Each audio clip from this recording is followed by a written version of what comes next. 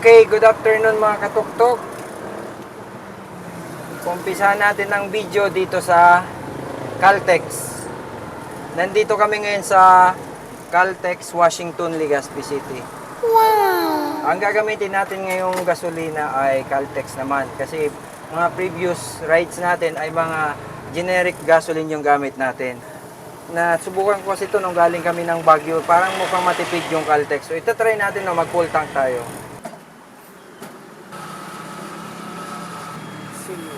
318. Nasa almost 5 liters. More than 5 liters yung full. 430 BB. Tapos naglagay tayo ng reserve gasoline. Yung second destination natin ay dito lang naman sa likod natin.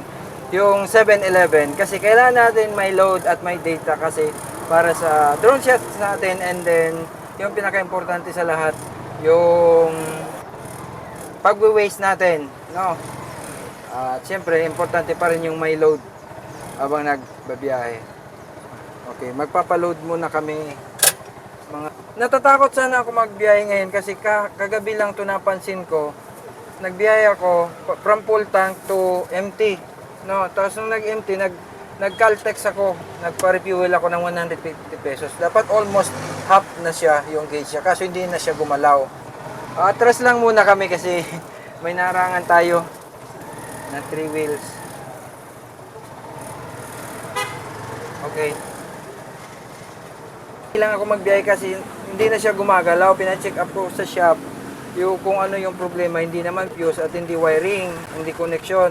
Sabi nung nag-check up, baka floater daw yung sira. So mabuti nga, pero sabi nung nag-check up, subukan mo sir mag full tank, baka sakaling umangat. Yun, pag full tank, umangat na siya. So at least, kahit may reserve, at least may guide pa rin tayo kung kailangan natin mag-refuel, no? Kasi kung sira talaga to, walang ibang gagawin tayo kundi magbilang tayo ng kilometers. Every 100 kilometers kailangan natin magpa-refuel. Time check 4:45 in the afternoon mga tuktok. Take off na tayo, papunta tayo ngayon ng Batangas or either Cavite. No, tingnan natin, may target tayong dalawang campsite yan sa Batangas and Cavite. So, tingnan natin kung maabot nga natin, no? Ayan. Yung panahon ngayon dito sa Legazpi, mainit sa west at maulan naman sa east. Kaya, ngayon ay nakakaranas tayo ng nakakasilaw na umaambon. Nakatutok sa atin yung araw at umuulan naman dito sa tapat natin. Kaya, kakaibang oras to. So, siguro blessings na lang. Kasi abot lang naman. Maliwanag doon sa parting west. Malubog na rin yung araw eh. Dadaanan natin yung kapatid ko. Doon yun sa 3rd District ng Albay. Ayan. Dito pa lang tayo sa may malapit sa intersection papasok ng Cagsawa Ruins. Bumper to bumper na kaagad ng traffic. Ano na lang kaya sa mga dadaanan natin sa ibang lugar? Kumusta kaya ang traffic ngayon? Yung in-expect natin na day trip sana tayo para makita natin yung lubak. Lalo na dito sa Albay, pating Kamsur and Quezon. Kita na tuloy na day trip kasi ready pa tayo eh. At may kinabibisihan pa tayo kaninang umaga. So, kaya nakapag-ready tayo, late na, ngayong hapon na. So, mabuti naka-jump off kaagad tayo ng around sa gasoline station tayo kanina. Sa Caltex ay around sa gasoline station tayo kanina, 4:45 PM. So, ayan, as of now yung traffic is bumper to bumper. Dahil siguro yan sa lubak yan, hindi pa totally nasisemento lahat. So, nag-slow down yung masasakyan at nagmo-merge sa isang linya kasi iniwasan yung lubak. Yun yung cause ng traffic. Yan, andito na kami mga tuktok sa Ligao from 4:45. Grabe, inabot kami ng alas 6 papunta pa lang dito sa Ligao City. So, almost 30 kilometers. Bumper to bumper talaga yung traffic. Yan, pick upin natin yung dalawang kapatid natin na kasama natin. Yung tuktok. Nakipark muna kami sa katabi namin kasi wala kasi ditong parking. Ito kasi kalsada na kasi ito. Ito yung pinaparkingan ko dati kasi binakod na. Dito na kami mga tuktok sa Caltex Sipokot. So kakarating lang namin 10 minutes before 11 ata. So galing kami ng Ligaw mga around umalis kami ng Ligaw, I mean mga 7:30. So more or less 3 hours din yung biyahe namin papunta dito. Muna tayo sa Caltex kasi tingnan natin kung ilan yung magiging konsumo natin. Hindi natin ma-monitor kasi nung nagbawas yung fuel gauge natin, nung nagkalahati na, bumagsak na siya eh. Ibig sabihin, palitin na talaga. So, floater niya sa tangke. Kaya wala tayong monitoring kung marami pa ba yung gas natin or konti na lang. So, magpapagas na tayo dito, no? Full tank natin si Tuktok. Tingnan natin kung ilan yung magiging consumption niya sa gasolina. From Legazpi, kano abutin? 56. Yan, ito so, sinasabi ko sa inyo mga Tuktok. Tingnan yung fuel gauge ko. Di ba full na naman siya. Kapag full tank, okay yung gauge niya. Pag bumaba na ng nangangalahati na, wala na, bumabagsak na siya sa empty. Tingnan natin ngayon sa pag-drive natin kung bumagsak ba siya ulit. Take off na tayo sa Sipokot. Time check 11:20. Malayo pa yung ating lalakbayin eh. Kumaliwa sa Rolando R. Andaya Highway. Naka-waste tayo para hindi tayo makalagpas kasi gabi, dilim. At siyempre para guided. At siyempre guided din tayo kapag naka-waste relays sa mga railroad crossing at sa mga under construction na mga kalsada. Kaya ganun talaga pag nagdadrive ako eh, kahit familiar sa akin yung kalsada, minsan madalas nagwe-waste ako eh. Kasi minsan Diretso lang para 92.4 kilometro sa Pan Philippines, Maharlika Highway. di ba? Sa ingay ng waste, hindi ka makakatulog dito at hindi ka antokin eh. Kuya, anong pangalan niyo po? Ako si Gennady Rosero. Ah, Biyahe ko Antipolo galing Camarines Resort. Nagkita kami dito sa Tagkawayan. Quezon. Dito ako kuminto kasi nakakita ako ng TVS King Kulahilo. Kala ko nagtitindang kape, sabi ko dito na ako bibili kay 7-Eleven yun pa. Nagbibiyahe din pala si Sir pabalik ng Antipolo. Ayan. Si TVS King natin nasa likod. Katok-tok natin.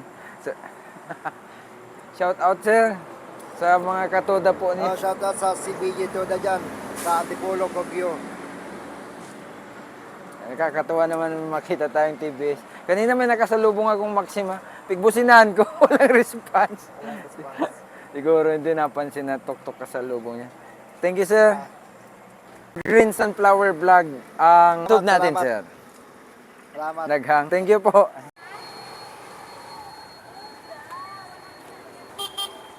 Ingat po. Galing ng Ligaw alas 7:30. Tapos ngayon, ang oras is 1:30 in the morning na almost 7 hours na kaming nagda-drive. Nasa Tagkawayan, Quezon pa lang kami. Ang layo at ang hirap i-drive kapag inaantok. May kabagalan at yung takbo ba natin na bibilis, dadandan, bibilis, babagal kasi inaantok tayo. Higit sa lahat, ang dilim ng ilaw ko. Stocks, wala kasi ang auxiliary light. So paano? Kahit ganon, pusad na tayo. Let's go. 4 na cup noodles, tapos isang kape nanay. Coffee ko black. Ha? Yung maanghang, isa pang maanghang po. Opo. Tabugon din ba to, nanay? Tabugon din pala to. Sa kabila ng arko, tabugon pa rin? Sa kabila ng arko, kalawag na yan. See? Tapos isa pang coffee ko black po. Dalhin ko po muna tong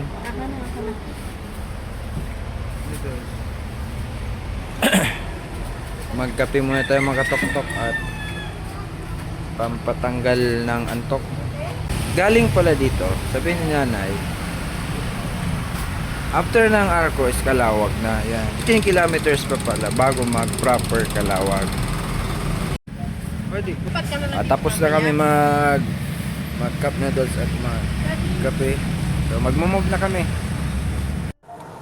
Okay, Caltex Calawag. Tok. Yung una sa Legazpi. Kalawa si Puko, tapos to. Pangatlo, Caltex Calawag. So, pagas muna tayo mga tok-tok. Tayan na muna natin yung makina para makahinga din. Okay. Sa wakas, nakarating din tayo ng Calawag, pero umaga na. 6:30 na in the morning, magpapagas muna tayo. Third gas up natin. 326 or 5.3 liters yung nakonsumo natin galing ng Puko to Calawag. Time check, alas 8. Nandito pa lang tayo sa Gumaka. Nandito na yung nakikita natin dati sa Facebook. Tinapalan pala ng spalto yung lubak dyan eh. At least medyo okay na siya daanan. Andito na tayo mga katok-tok sa Jollibee Atimunan. Baby, may mga inasal. Sabaw. O Jollibee. At puno din yan, no? Kasi puno ang parking. Tingnan natin. Jollibee sana tayo. Kaso punong-puno ang parking hanggang kalsada. So expect natin na maraming o mahabang pila. Ito may bago pala dito. Tingnan natin kung para makahigop tayo ng sabaw. May almusal na rin pati, baby, oh. Tingnan mo. Ayan. Ang cute ng entrance. Kuya, dito. Nag-deliver po yan. Sa likod daw parking. Ang layo ng parking natin.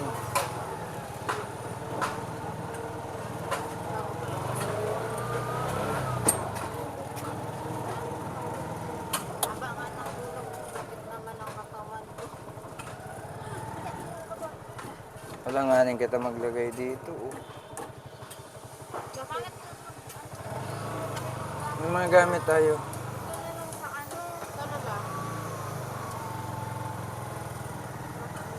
Lipat kami. Sa likod daw, ang pangit ng parking. May mga men at work, kumbaga. Lipat tayo ng parking, sa harap na lang. Or sa gilid ng kalsada na lang tayo. Dito, pwede na lang ata dito. Doon, may nagtatrabaho din, kuya. Doon po. O dito, kasi may mga gamit kami. Hindi naman po mawawala. Mahirap yan. Mahirap. Doon, wala pa na. Ako pong parking attendant dito. Dito na lang po kami, baka pwede.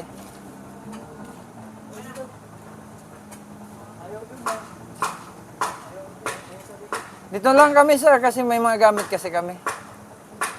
Pares man may nagtatrabaho. I-align ko na. Napupuno yan ng loob kung dadali namin yung gamit. Hindi naman sir, kung ano na lang. Bantay ako. Ano ba, baba namin to? Mga bag? Mga bag po. Yung mga camera. Under construction dito, under construction din sa likod.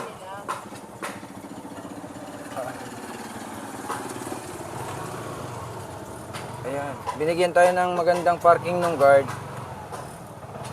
Kasi may mga gamit tayo dito. Dito na lang, haba. Sige. Kung masyado itikot ko sa van kasi baka atas siya mamaya. Sige. Thank you, sir. Thank you po.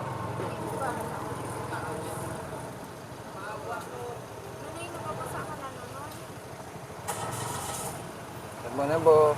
Dapat ba nagbaba na kayo? Kuya, thank you Pasensya na. Oo. Okay, diretso na, diretso lang.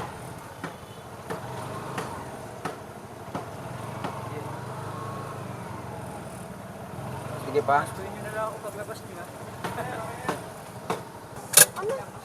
Siyuso man tong tawag ito, parking attendant. Nanguna na. Paskuhan daw paglabas. Hindi naman siya yung nagbigay ng parking, kundi yung guard. Compliment doon sa guard. Manginasal muna kami. Nahulog yung microphone. Wireless microphone. Nabiyak. Tingnan natin kung gumagana. Pasok na muna tayo mga tok-tok sa mga inasal at mag-breakfast. Excuse me, mag-breakfast tayo.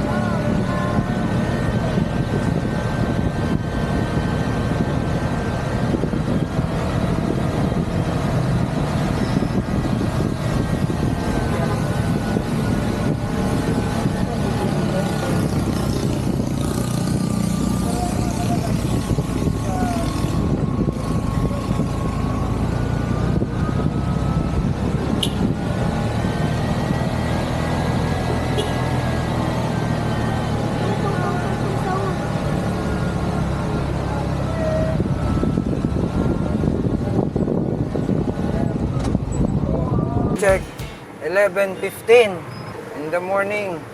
Pagkasulina na tayo dito sa Lucena. Kasi di natin makita ulit kung ilan na yung bar natin kasi nagtutupak to ang gauge natin. Pero sigurado ako 1/4 na rin yan eh. Kasi galing ng Kalawag tayo na gasolina. Pwede po daw mag-CR? Ma'am? Saan po sa kabilang CR? Saan po? Ayun po, yung may ano, may hagdan. May hagdan? Opo, yung sa kabilang restaurant. Pero hindi na sa Caltex. Hindi na po, sir. Sa amin po ay sira. 270. 4.8 liters. Hindi, kahit 270 na sir, wala na yan. Okay, 70. Pwede po humingi ng resibo? Sige po. Sige po. Thank you. Saan na likod pwede sabi niya? Sagdahan din naman ito sa Caltex. Sira yung CR ng Caltex dito sa Lucena. Makiki-CR pa naman kami. tanggalin muna natin. I mean, ilipat muna natin tong tuktok kasi baka mayroong magpagas. Para di tayo makaabala dito.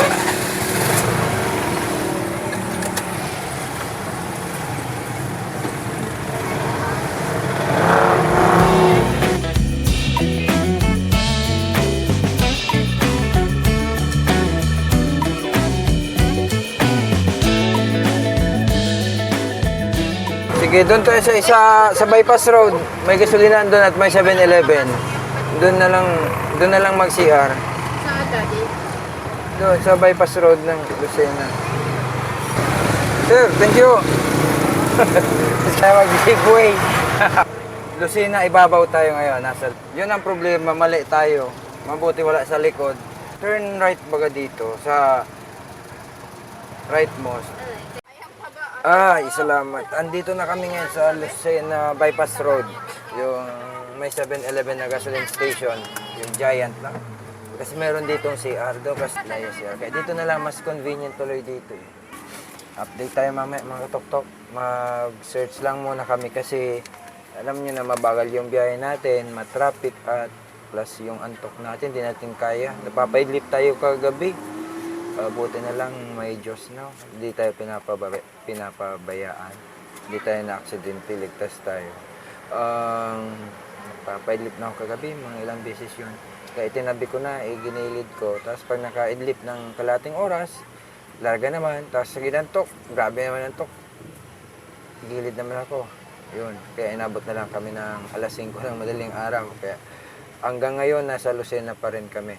Ngayon, waste kami, tingnan namin kung galing dito ng Lucena bypass road papuntang Monte Maria, mga ilang kilometer ba yon at mga anong expected time kami darating doon, or galing dito diretso na kami ng campsite,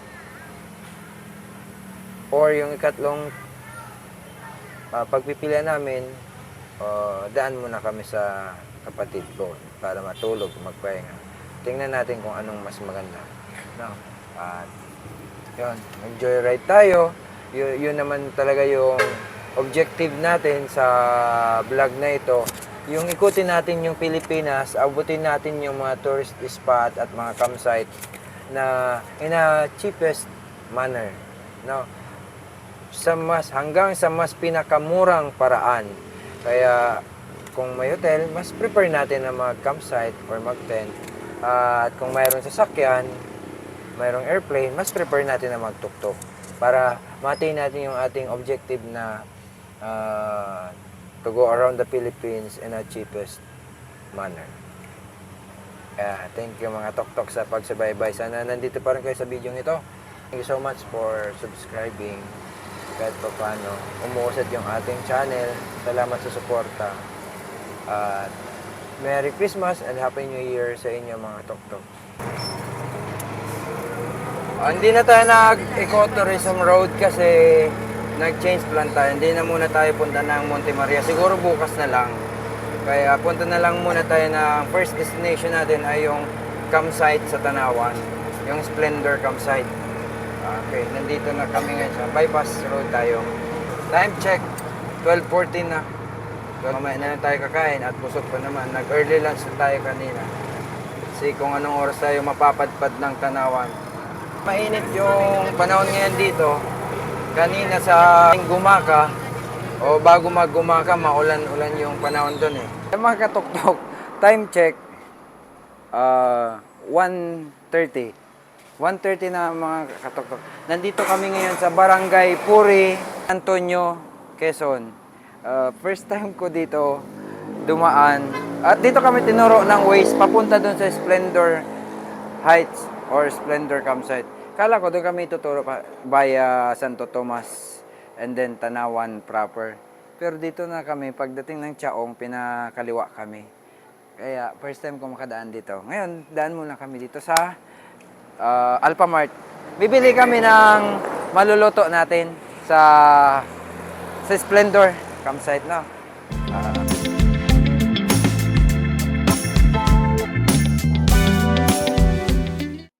Ang lamig.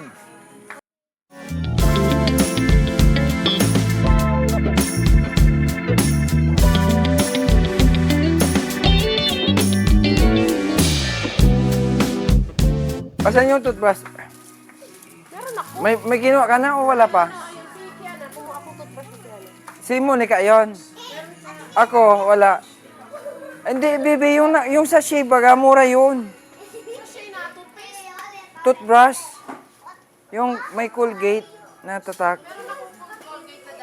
Bibili ka ng sabon? Panligo. Isang panligo lang. May sasabihin ka? Sabihin mo na. Something is wrong Sabi mo. here. Sabi mo. Something is wrong here. Bakit? Sabi mo. Because I play with her but Sabi mo, mga katuktok, andito kami ngayon sa... sa lugar. Kalimutan pa natin yung bigas, pinaka-importante sa lahat. Dali, upin mo yung door. Ano kinukuha mo? Look and burger burger ulit sa akin. Nakuha to. 2:30 p.m. Nandito kami ngayon sa McDonald's ng Padre Garcia, Batangas. More or less 30 kilometers but away from Splendor Heights or Splendor Campsite. Mananangalian pa lang kami. Ano yun? Hindi natin kabisado yung lugar. Nangangamuti tayo. Malayo din pala. Target namin, sana bago mabili. Or mga 4 p.m. dapat doon na kami. Or at least before 5 p.m. dapat doon na kami.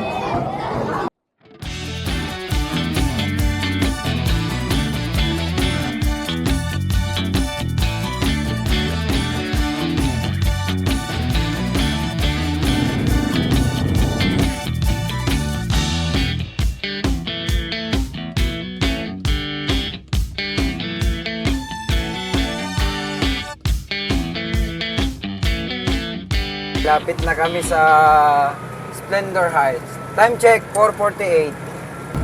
Target time is 5 p.m.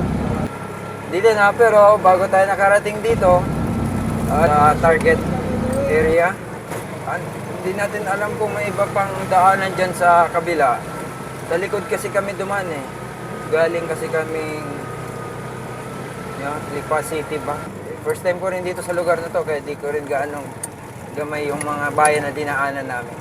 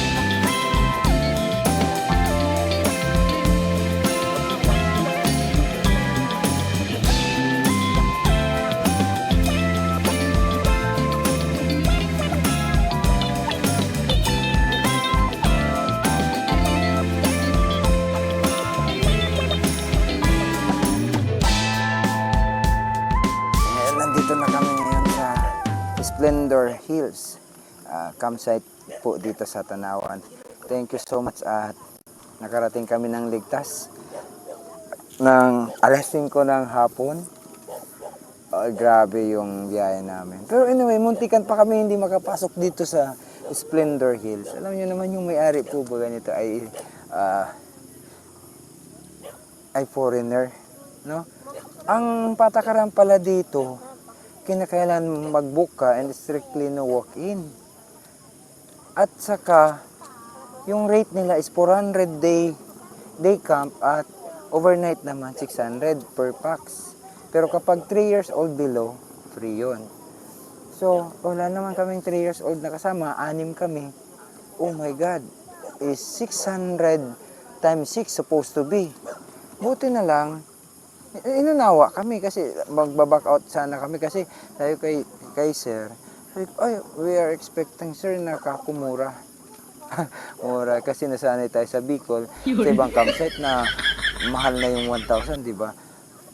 Kaso, sabi niya, take it or leave it. Dahil naawa siya sa amin kasi nung nalaman niyang galing kami ng Bicol, magiging guilty naman daw siya kung papauwi nila kami. So, pinagbigyan na lang kami kahit walk-in.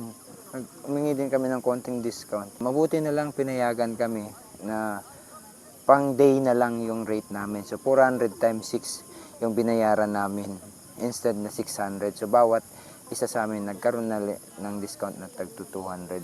So, na-surprise din ako. Hindi ko alam na ganun pala. At di rin kami nagpabook eh. Hindi ko alam na ganun pala yung patakaran at ganun yung rate. So, matagal ko na itong pinapangarap na punta dito sa Splendor Hills na makapag-camping din. Pero hindi na-surprise tayo sa rate. So, anyway, kaysa umuwi tayo, anyway, thank you so much. Ang ganda-ganda dito. Sa wakas, nakapunta rin tayo dito at nakausap din natin yung may-ari. Mabait naman. Yun nga lang, nanonosebleed ako kasi foreigner. At accommodating naman, kind naman yung may-ari. Wow!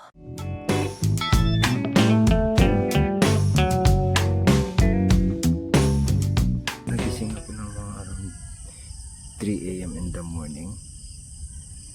Tamang-tama. Sinamantala ko na nag-CR na ako at naligo para wala pa tayong kaagawan sa CR at makapag-CR at makapagligo tayo ng maayos. And tapos pakita ko sa inyo mga katok-tok yung setup namin at yung tulugan namin. Kung titingnan nyo yung good for 8 packs na tent, sakto lang sana kung dyan pa ako matutulog punuan na talaga, wala nang galawan, kaya dito na lang ako natulog kaya itong kahoy na to lagi ko itong dala kasi inihigaan ko yan